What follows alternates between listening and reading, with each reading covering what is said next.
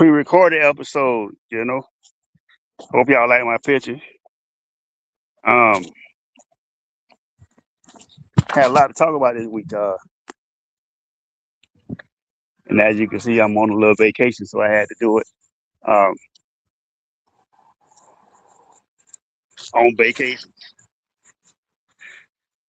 tried to find a space I could get into that wasn't so loud and active, but once again, it's vacation, so we're gonna do it anyway.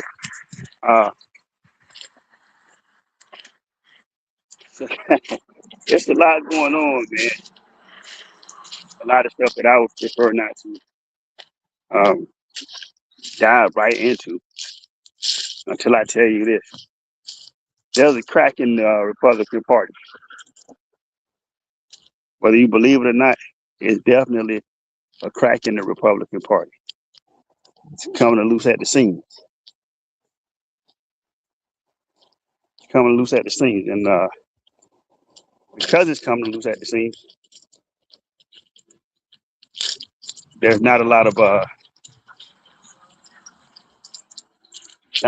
wiggle room for error coming up to the midterm election. And I get it. Not a lot of wiggle room for the midterm election, and not a lot of error. Trump to make a lot of mistakes. But nonetheless, be sure there's going to be some mistakes made. So, with that being said, let me close this for you. My first story I wanted to bring up was about Trump saying a couple of weeks ago that he really didn't care about Americans' finance in the middle of a war, and in the middle of all the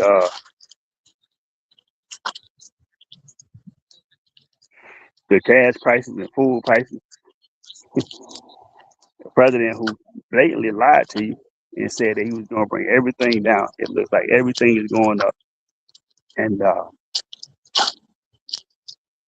it doesn't look like any hope or any end is in sight, which will let you know that, as I said before, this has nothing to do with black or white. This has everything to do with rich and poor. How much money you have in the bank, and how many allies you can have amongst rich and wealthy people. But if you would, DC, for those who didn't hear it, and I'm sure everybody did hear it, could you run that video for me? When you're negotiating with Iran, Mr. President, to what extent are Americans' financial situations motivating you to make a deal? Not even a little bit. The only thing that matters when I'm talking about Iran, they can't have a nuclear weapon. I don't think about Americans' financial situation. I don't think about anybody. I think about one thing. We cannot let Iran have a nuclear weapon. That's all. That's the only thing that motivates. And that just sent America into a war. Basically because here's a man who the Republican Party has put their trust in. They believe in this man. They believe in the President of the United States. They believe that he is going to come in and change the economy and make things better for everyone. And that didn't happen. Absolutely did not. I mean, but can you be mad at someone who has been doing this all his life? He's been doing the same thing all his life, business-wise and everything. He's been doing it this way. So why would you be surprised that our president does not care anything about the American people's finances?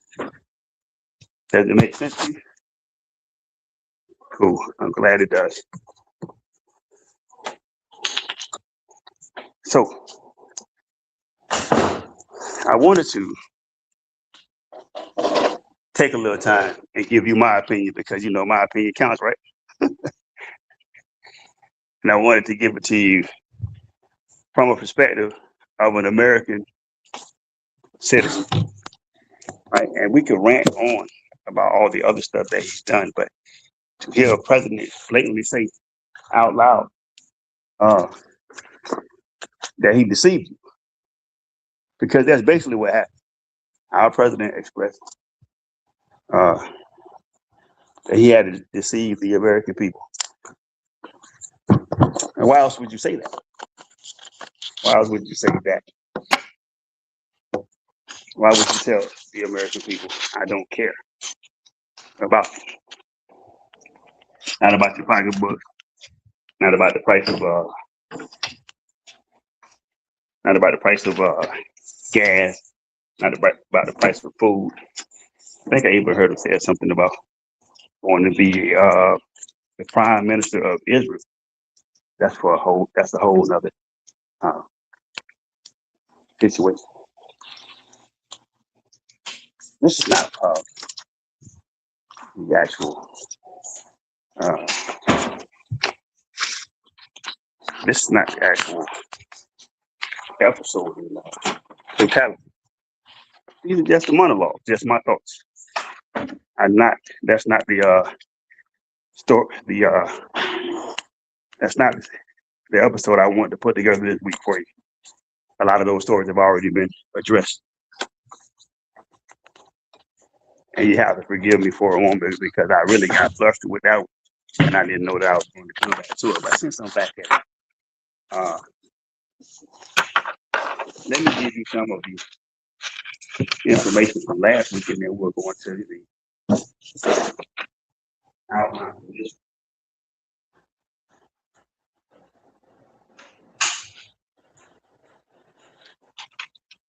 That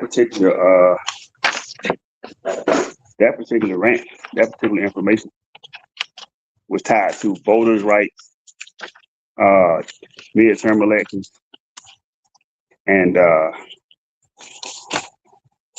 ICE enforcement and things like that. But when I found out what he said, it kind of took me back to when I originally said what I originally said. We should get everybody out of Congress and start over. Everybody. Because my next dialogue is going to take you to a place to where you're going to find out why I say there's a crack in the Republican Party. And I'm going to back that up with information and evidence. I hope my man has jumped in today, but maybe not. So if you would, the very first thing I want to talk about today was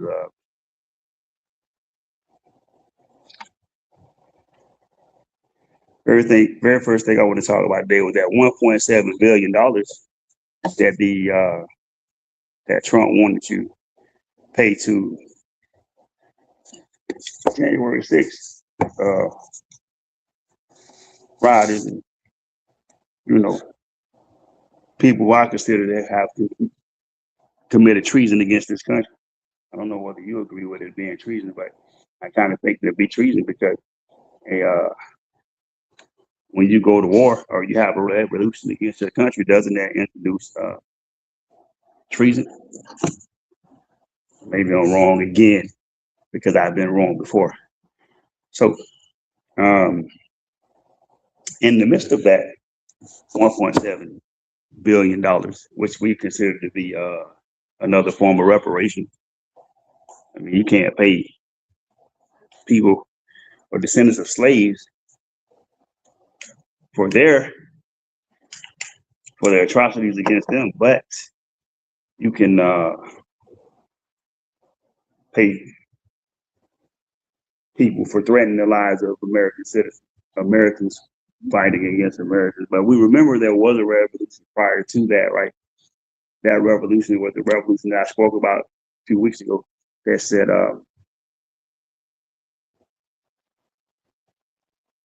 we don't want to pay taxes, we don't want a king, those type of things, right? We don't want to do all of the things that America is doing now to the American people. That's what that war was for, because they did not want to go to war. They didn't want to pay taxes and everything. I'm having a little technical difficulty. If you would forgive me, it's been a heck of a week for me already. So I'm talking as I set everything up.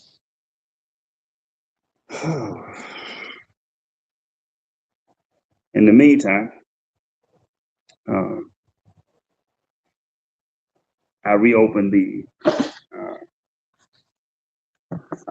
wound with one of my close friends, who is a big Trump supporter, and I think that we may have come to the end of our friendship, not over politics. I don't want anyone to think that it's over politics. It's not over politics. Well, we are not going to be friends because of a belief system that he has that does not agree with me. And as I was looking at that, I understood that we are not going to be able to go any further. So when I was researching that 1.7 billion, I thought that the Republicans, and watch this here, watch this. I thought that the Republicans all were going to be for Trump's decision, right? And then I found a story that said GOP revolts against Trump's proposal bill. Now, the first major story that we are going to be entertaining tonight is what I just said. Several Republican lawmakers reportedly pushed back against key portions of Trump's bill, creating a public fracture between Trump loyalists and more traditional conservatives concerned about spending, political optics, and the long-term direction of the party. Now, on the surface, disagreements inside of this political party are considered to be normal. But this situation feels different because Donald Trump has spent years building a political environment where disagreement inside the Republican Party often comes with consequences. Public criticism can lead to primary change. Opposition can trigger attacks on social media. Political careers have been damaged for refusing to align with Trump publicly, which means this revolt matters because it signals that Republicans may believe the political risk of supporting the bill is now greater than the political risk of opposing Trump himself. And that is a major shift.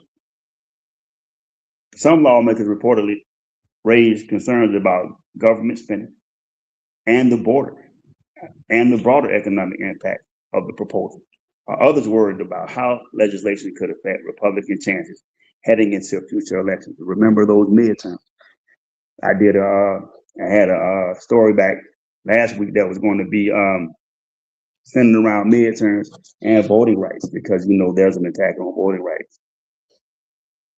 This created tension between different wings of the Republican Party. Traditional conservatives, MAGA populists, fiscal hawks, election-focused moderates, and Trump loyalists. Now the question becomes, is this healthy disagreement or the beginning of political fragmentation? Let's talk about it for a minute. Side one, Republicans opposing the bill are protecting the party. Supporters of the revolt argue that blind loyalty to any political figure is dangerous for democracy and dangerous for the future of the Republican Party itself. Cracks in the foundation. See, what we did at the beginning, back in 2020, what we did back then was we watched the president come into office and start and inject division into a party. But I can remember, I don't know where I saw that particular statement at, but I can remember when Donald Trump said that if he ran, he would run as a Republican because Republicans were not the brightest people in the world. I went to try to find it, man, and I believe that they took it down, but I'm sure that's what he said. So now,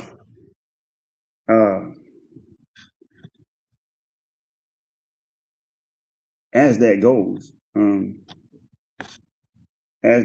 we can, if that's what he said, and I'm sure that's what he said, I'm going to keep the camera off today. You guys know what I look like.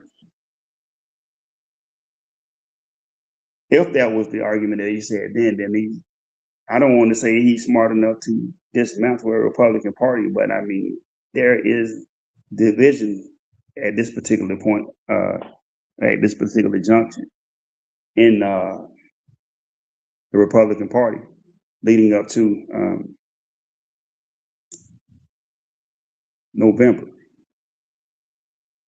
Those particular Republicans also argue that government requires negotiation, compromise, and independent thinking, not automatic obedience. From this perspective, these lawmakers are attempting to protect conservative principles rather than simply protect Trump politically. Some conservatives fear that the party has become too centered around personality politics instead of policy. So here we go. When it doesn't work for them, it's a problem. When it doesn't work for the American people, it's not so much of a problem. Others worry that independent voters may abandon Republicans if the party appears unstable to challenge its own leadership internally. So we basically just let this man do whatever he want to do, the Republican Party, and now it's coming back to bite you, right? Because I had a analogy that my mom and dad used that said if you play with a dog long enough, he'll lick you in the mouth. It's not the best analogy because we know how that works, but what I'm saying is if you play with a snake and they look like they don't have fangs, when they bite you, it's too late to realize that they have fangs. So politically, some Republicans understand something very important. Swing districts are not won purely through MAGA enthusiasm. They are won through moderation, coalition building, and persuading independents. So from this side of our conversation, resistance inside the GOP may actually be a survival strategy.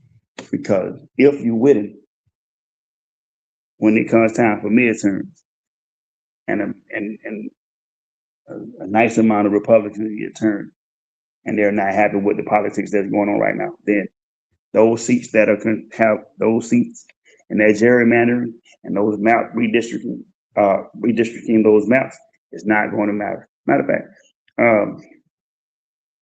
shout out to Miss Bottoms in Georgia for winning the Democratic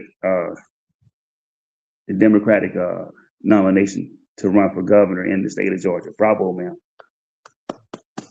So side two of this, Republicans opposing Trump are weakening the movement. So the ones that are going against Trump right now are not making the Republican Party look as strong as they normally would be. And well, that's a good thing for Democrats. That's a good thing for Democrats. I mean, I learned saying, and you know, I've always been the person that says, you can't trust Democrats or Republicans. But the Republicans are peacocking like a motherfucker right now. So there goes that. Trump supporters see this very differently. They argue that the division inside the Republican Party only, like I said, benefits the Democrats. From their perspective, internal opposition weakens conservative momentum at the exact moment when Republicans need to unify and push their agenda forward.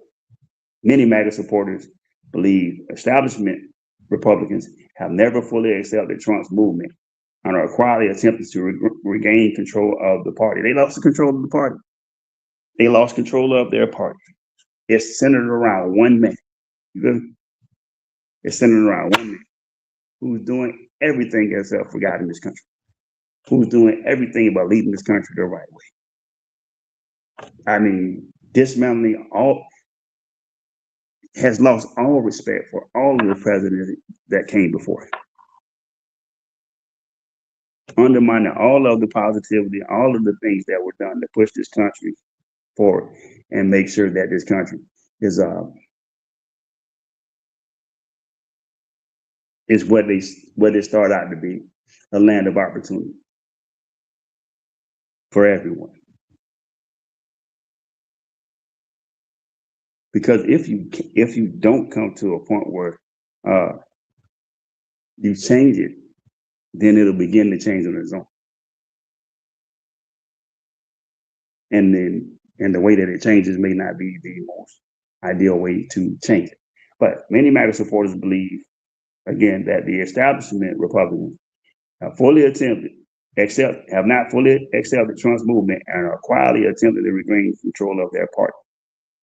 To them, resistance against Trump-backed legislation is viewed as betrayal rather than healthy political disagreement. So that means that if you agree with Trump, knowing what he's doing, then you're betraying your party. This is where things become emotionally charged politically, because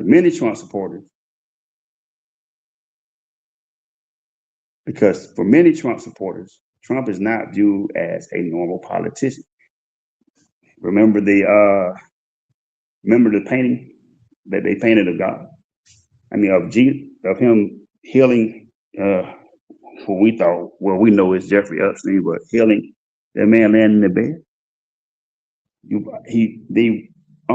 Some supporters almost end up turning Trump into a deity. He operates outside of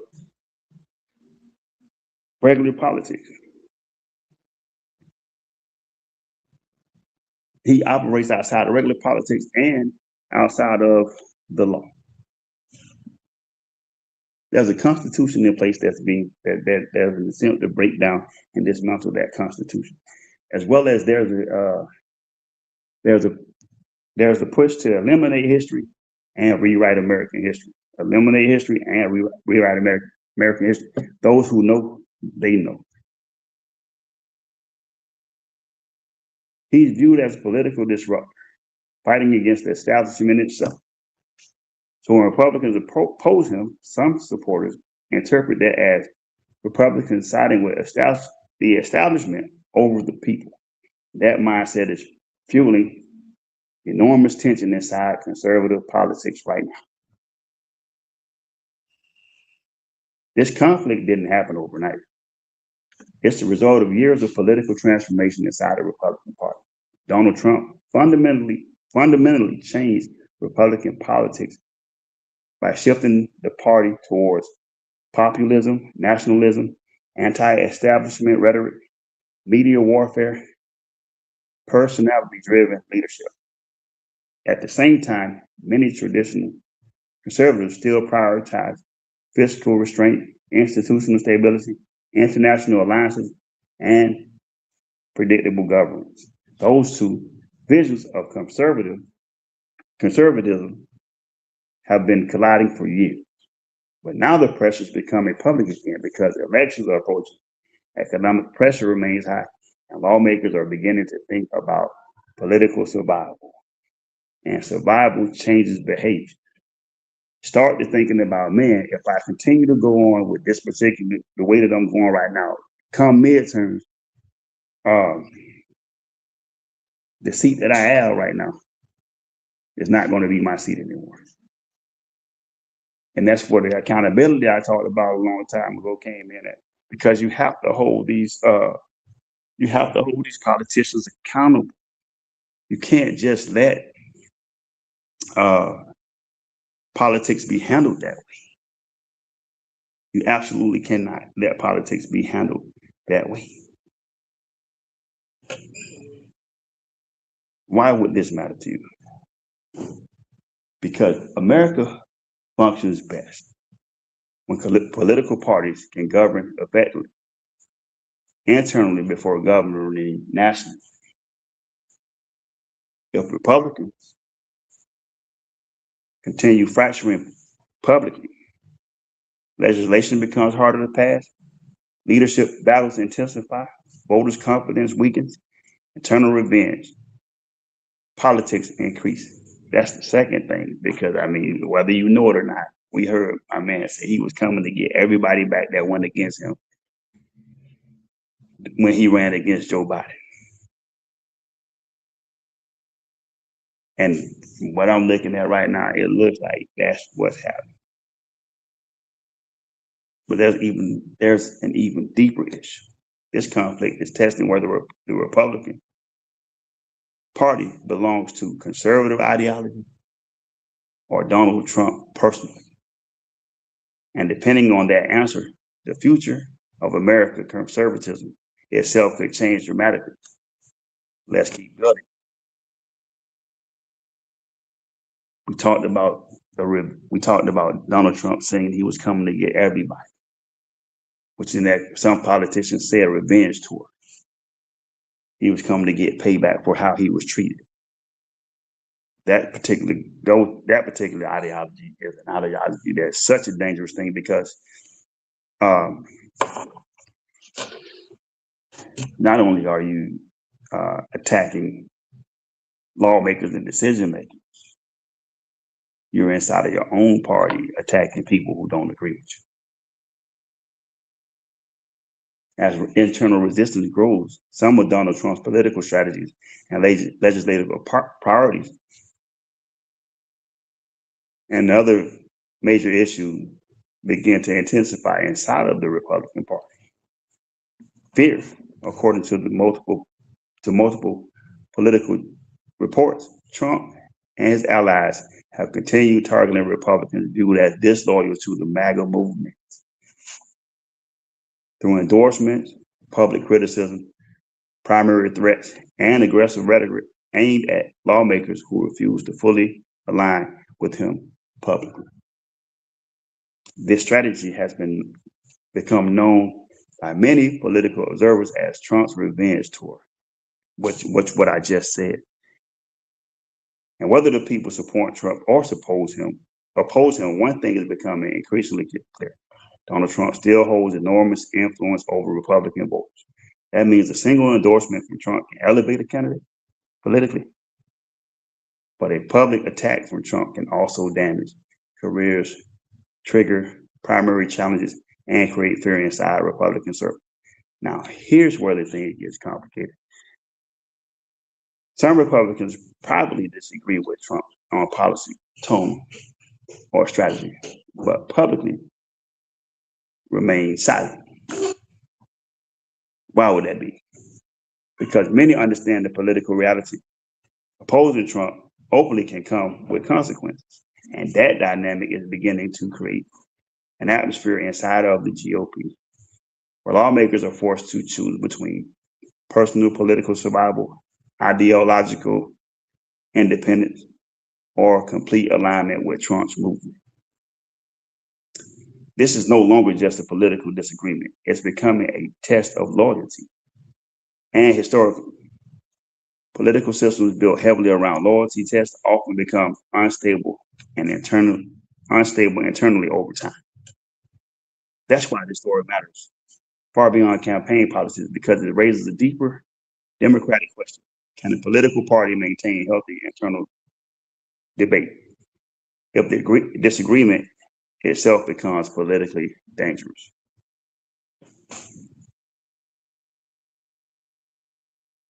Now, Trump supporters argue that what critics call a revenge tour is actually accountability. This perspective, Republican voters elected lawmakers to support an America First agenda, tougher immigration policies, aggressive economic nationalism, and anti-establishment reforms, the removal of DEI, and programs that were created to give everybody a fair chance at the American dream. So when Republican politicians campaign on MAGA values, but later oppose Trump-backed initiatives, supporters view that as political dishonesty. Too many conservatives. Trump is simply using political influence the same way other political leaders always have. Presidents endorse allies, party leaders pressure members, political movement reward loyalty. That's politics. Trump supporters also argue that establishment Republicans failed conservative voters for years before Trump arrived. They believe Trump transformed the Republican Party into a more aggressive populist movement willing to directly challenge political elites, media institutions, and corporate influence. And from this perspective, Republicans opposing Trump are not defending democracy. They're defending the old political system that voters rejected. Many MAGA voters believe that unity is essential heading into upcoming elections, especially while Democrats remain politically organized nationally. So to them, Republicans publicly fighting Trump weakens conservative momentum and creates unnecessary division. And politically speaking, there is truth to the idea that divided parties often struggle electorally, which I'm telling you, man, there's a crack in the foundation of the Republican Party. I don't know whether they're going to admit it, but there is a crack in the foundation of the Republican Party. Look good on the front, but once you dig a little deeper, a lot of the things that are going on in this country right now are not agreed upon by everyone. You can feel free to go look up the information. I always fact check if you check. Let's see here. While I'm looking, man, I am getting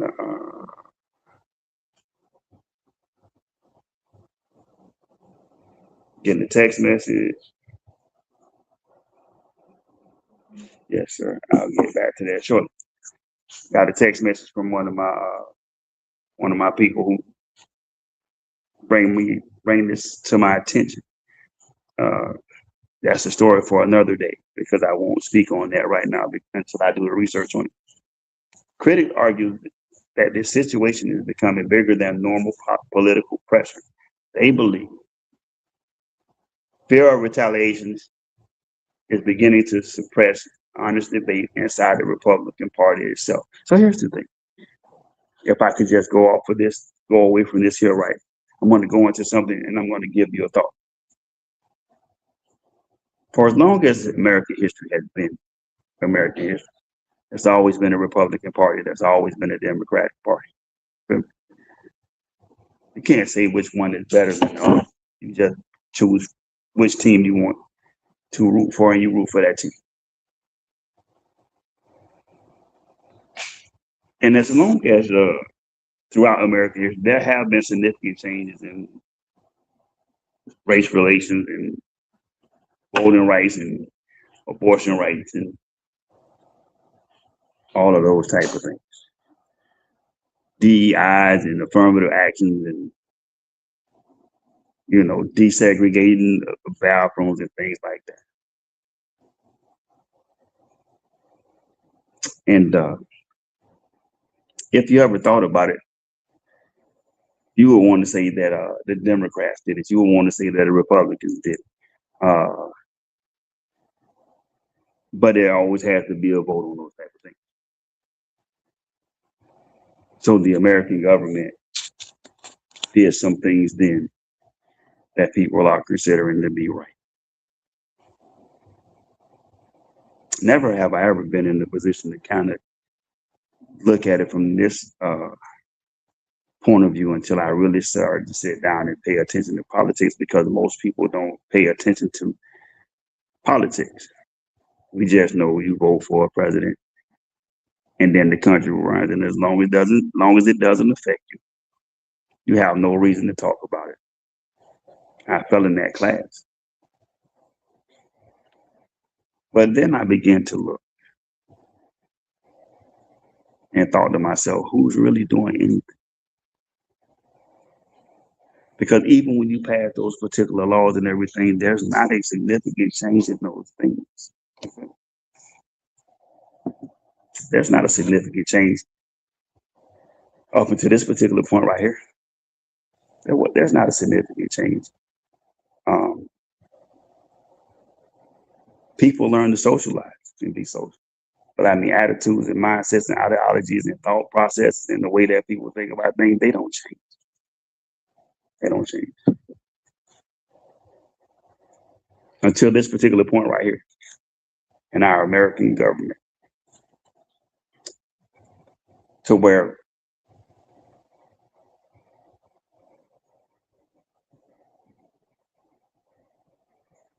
I would think that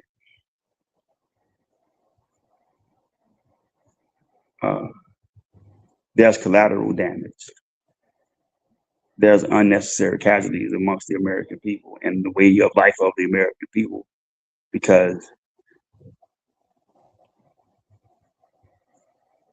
people with millions of dollars in the bank are pushing for an agenda that does not need to be pushed. You know.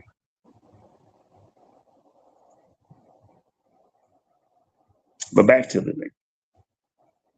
They believe that retaliation is beginning to suppress honest debate inside the Republican Party.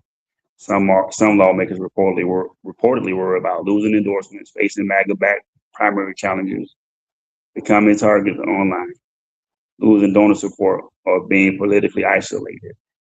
Pam Bundy. Wasn't Pam Bundy part of the Republican Party? I mean, can you imagine that you are part of the Republican Party and you getting fired, kicked out of your job,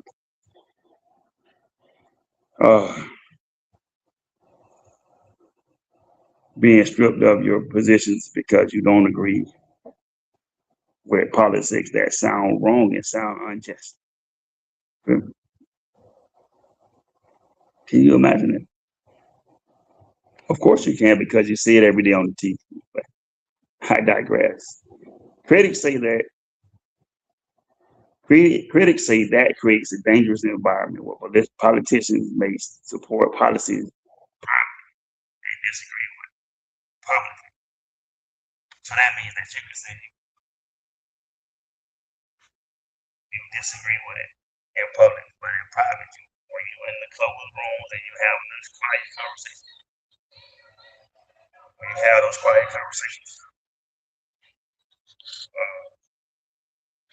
an opportunity to see and say, no, I agree with you. I just have to make it look like that for my constituents to believe that I'm against it. Because if you were really against it, you would say it publicly and private that you were against taking it out of your house. From this perspective, healthy political system require internal disagreement. That's what debates are for. That's what politics is for. Negotiation is supposed to happen. Different viewpoints inside political parties are normal in democratic systems. Critics fear the Republican Party becoming increasingly personality centered rather than policy centered. Policies have to make sense for all American people. So why else would you want to erase birthrights and all that? Because if you erase birthright, citizenship, and all that, then reclass the American people. Historically, political movements centered almost entirely around one individual, often face instability once the internal disagreement becomes punishable. Some analysis warn this strategy may hurt the Republicans in swing districts where independent voters dislike extreme political conflict. Because while strong loyalty energizes a political base, it can also alienate moderates. And elections are often won in the middle. So there's the crack.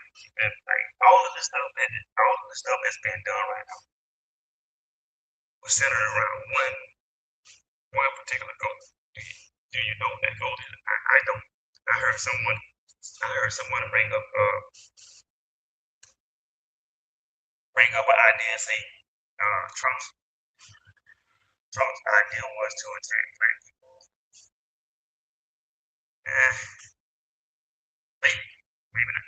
Who knows? I can't say that because I don't know what the end game is. I don't know. I haven't been able to look around the corner farther enough to see what the end game is. I know there's an end game, but if that were the case, then why would you say that you don't have, or that you don't think it? Say it twice, just to make sure you heard it the first time. Say it twice, that you don't have a care for American people's finances, or any of that. But what you're concerned about is uh, Iran not having a nuclear weapon. And then I go to find out that Iran does not have a nuclear weapon. Just like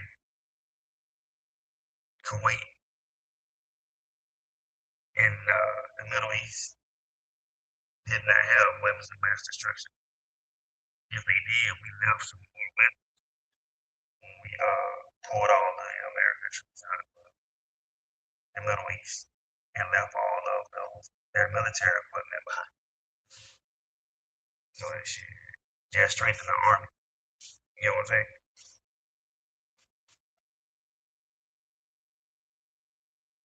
We will move on to the next one because I have a lot of things to go on, but I'm not going to get through everything tonight. What happens when political identity becomes tied more to loyalty towards a person than loyalty towards their ideas and institutions? Don't worry, I'll answer that question affects legislation, elections, political discourse, media narratives, and public trust in democracy itself. As I said, once you begin to not trust political leaders, then you say that the country that is supposed to be the greatest country in the world. You've been getting the question political leaders. They say they gonna do what's best for you and they go in to fight for the people and then they get up to Washington when they get up to these state offices and before they get into fighting for the rest of the people, they've already given up the fight. But it sounds good when you say it in front of hundreds of thousands of people and you speak about what people really want to see. Because you've done the research and you've checked the numbers and you did their own surveys and all that. So you know what the people want to hear. And then it becomes just lip service. This internal Republican conflict may shape the future of conservatism, the outcome of future elections, and the balance of power in Washington for years to come. That's why you redistrict a map. That's why you try to raise all the Democratic members, which is crazy to me because I mean, hey, you want a house full of Republicans, and you want a house full of a Senate full of Democrats. You want a Congress full of Republicans and Democrats. Nothing's ever going to get done in that way. And then I found out it wasn't just it wasn't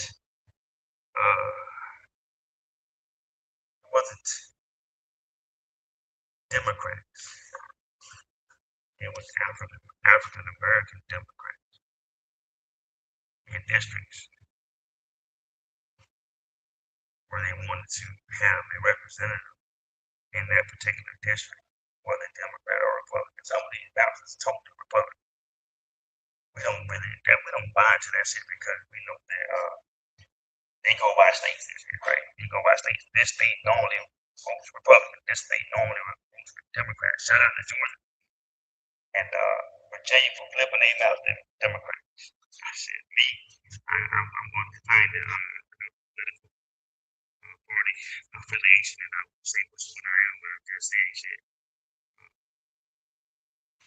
Call me. Let's talk. But if Trump successfully consolidates controlling and the Republican Party may transform further into a global center political and America is watching for that transformation. Is watching that transformation happen in real time. So that question leads me into this. Can Republicans win midterms by fighting amongst each other? Could be a smoke screen. I want to just give you that disclaimer. It could be a smoke screen. I'm just telling you what I'm seeing right now and how this shit looks. As Republicans continue battling publicly over legislation, policy spending priorities, and Trump's influence, a larger strategic question about it emerging across political media And inside Washington itself is can Republicans actually govern the benefit internal political wars are happening? Because right now the Republican Party is divided across most ideological lines. And let's go back. The fish hawks, the establishment Republicans, the culture war conservatives, the moderate swing district Republicans, the libertarian fiscal hawks, traditional conservatives, and Republicans. You know what? That's the second time I read that. And I didn't even know it was that many facets inside of one party. It's like a whole bunch. It's like a whole bunch of people playing. If you had went to, California or some over games, what happened? You had like the Bloods and the Crips and the Gangster Disciples and the Latin King and a whole bunch of other games. I'm naming games and shit because I think shit is red and blue, baby. You know what I'm saying? Red and blue. So in that particular case, what are we looking at now? Looking at some Republicans wanting aggressive confrontation with Democrats at all costs. And all of those Republican factions want those particular aggressive confrontations with Democrats. Others want stability and electability. And then some want deeper spending cuts. Like, we got to cut back on this money, man, because our national debt going higher and higher. So, the American people and their financial situation. And this internal tension is beginning to slow legislative momentum while creating visible dysfunction, conflict in the Republican Party. Some political analysts have increasingly warned that internal party warfare often damages public confidence because voters begin questioning whether lawmakers can govern eventually if they cannot even agree with one another internally. So we have a part of this fight. You have midterms coming up. You see that they're divided and they're cracking their foundation. They just may not be or the party to back in the midterm. This is definitely and especially dangerous during periods of economic uncertainty, inflation concerns, international instability, and voter frustration with a government overall, because the public generally expects governing parties to appear organized, and this thing look totally organized right now. And right now, many Americans are seeing conflict instead of coordination. United States of America. That means the states where you are supposed to be united in agreement at some particular point, at some crossroad, the American people are supposed to be in agreement.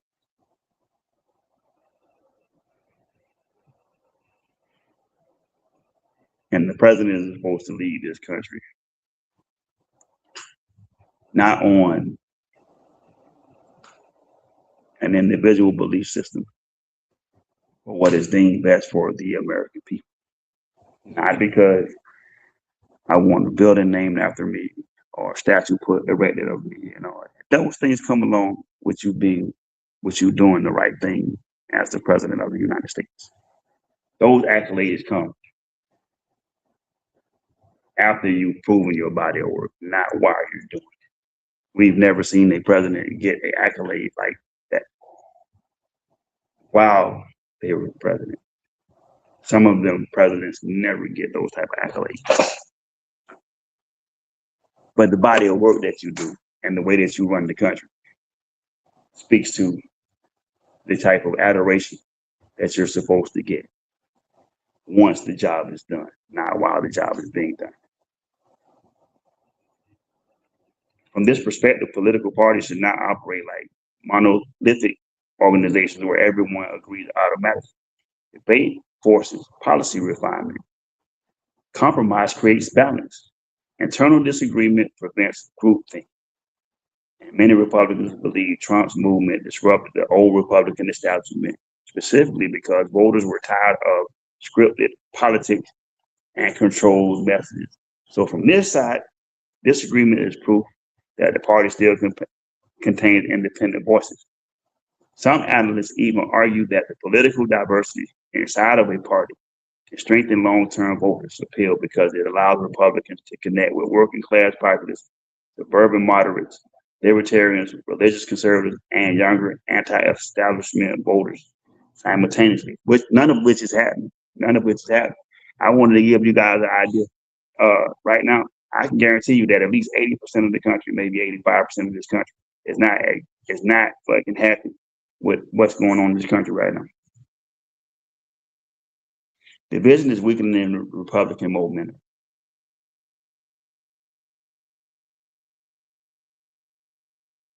Critics argue the opposite. Critics are saying they believe Republicans are becoming increasingly difficult to organize because too many factions inside the party are fighting for control simultaneously. Right? One faction prioritizes loyalty to Trump. Another prioritizes conservative ideology. Another prioritizes re-election survival. Another prioritizes media attention and political branding. When multiple agendas collide, governing becomes chaotic. So,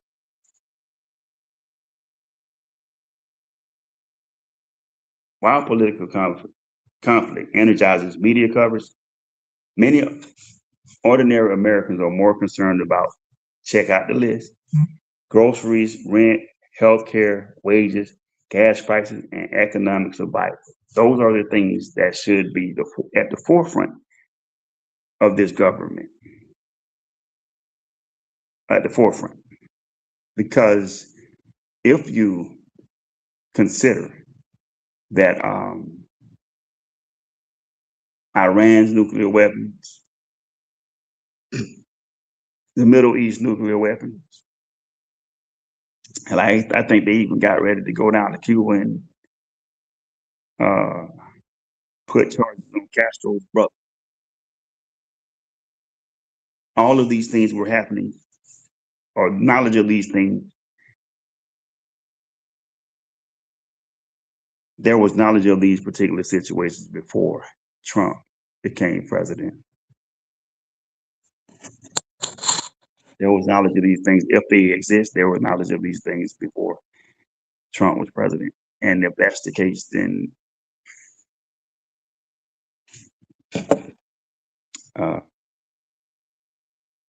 they should have been addressed prior to this. So I'm going to go now into something else because I knew I wasn't going to be able to get through with the full episode. But I got 5 minutes, so hang on right quick. I want to give you guys an idea. When I said early on when I first started doing this podcast, I said midterm, get rid of everybody. I couldn't understand why I said it then. I don't even know why I'm saying it. I know why I'm saying it now, but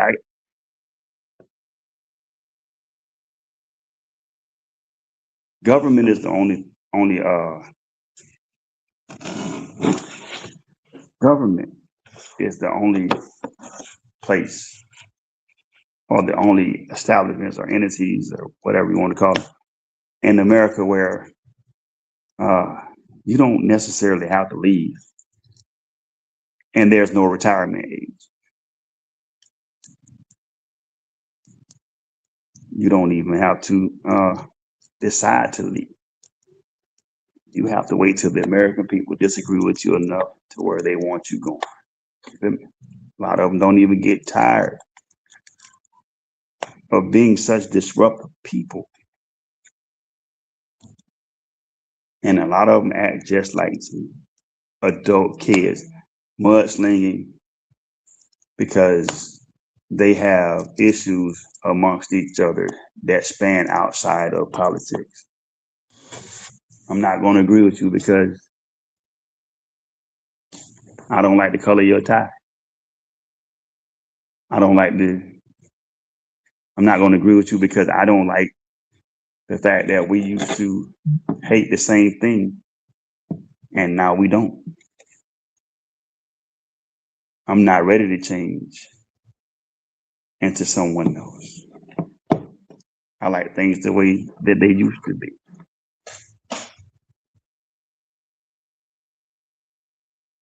We don't care whether you're going to vote for us because since you won't vote for us, we're going to take your voting rights. We're going to make it hard for you to vote.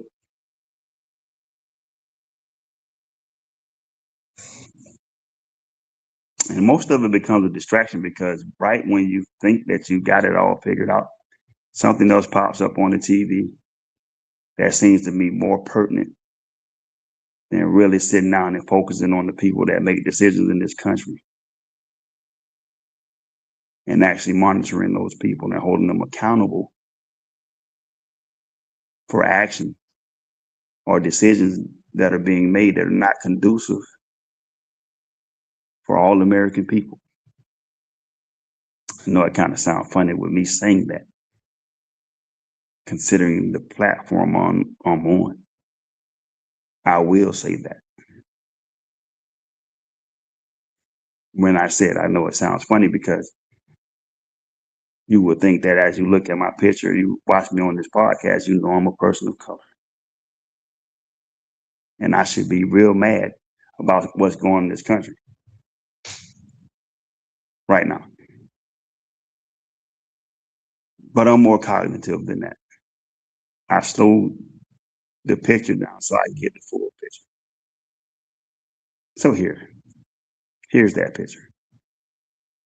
And I don't know who's going to hear it. But in the coming months, you're going to have to make a decision on whether you're going to get up from in front of your TV and go in at a change that is going to make a difference in this country.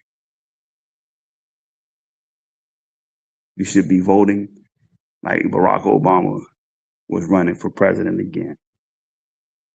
You should be voting for the people who have a like mind and are able to create policies that benefit you.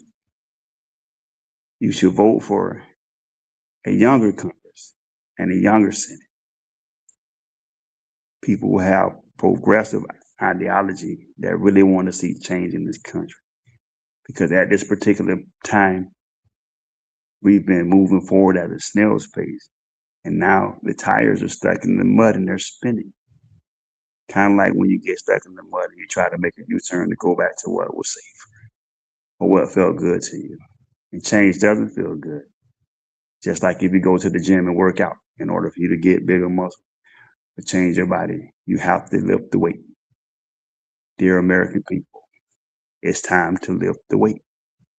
And with that being said, I'm going to get out of y'all way because I've done all I can do today. And until next time, keep your head on a swivel. Keep your eyes open. And remember, I see what you're doing. Y'all be easy. Enter-effect.com for more info, beats, and designs. These beats available for $30 and exclusive starting at $150. Make your next move. Shawty, I'm with your girls, I do my do. And we can all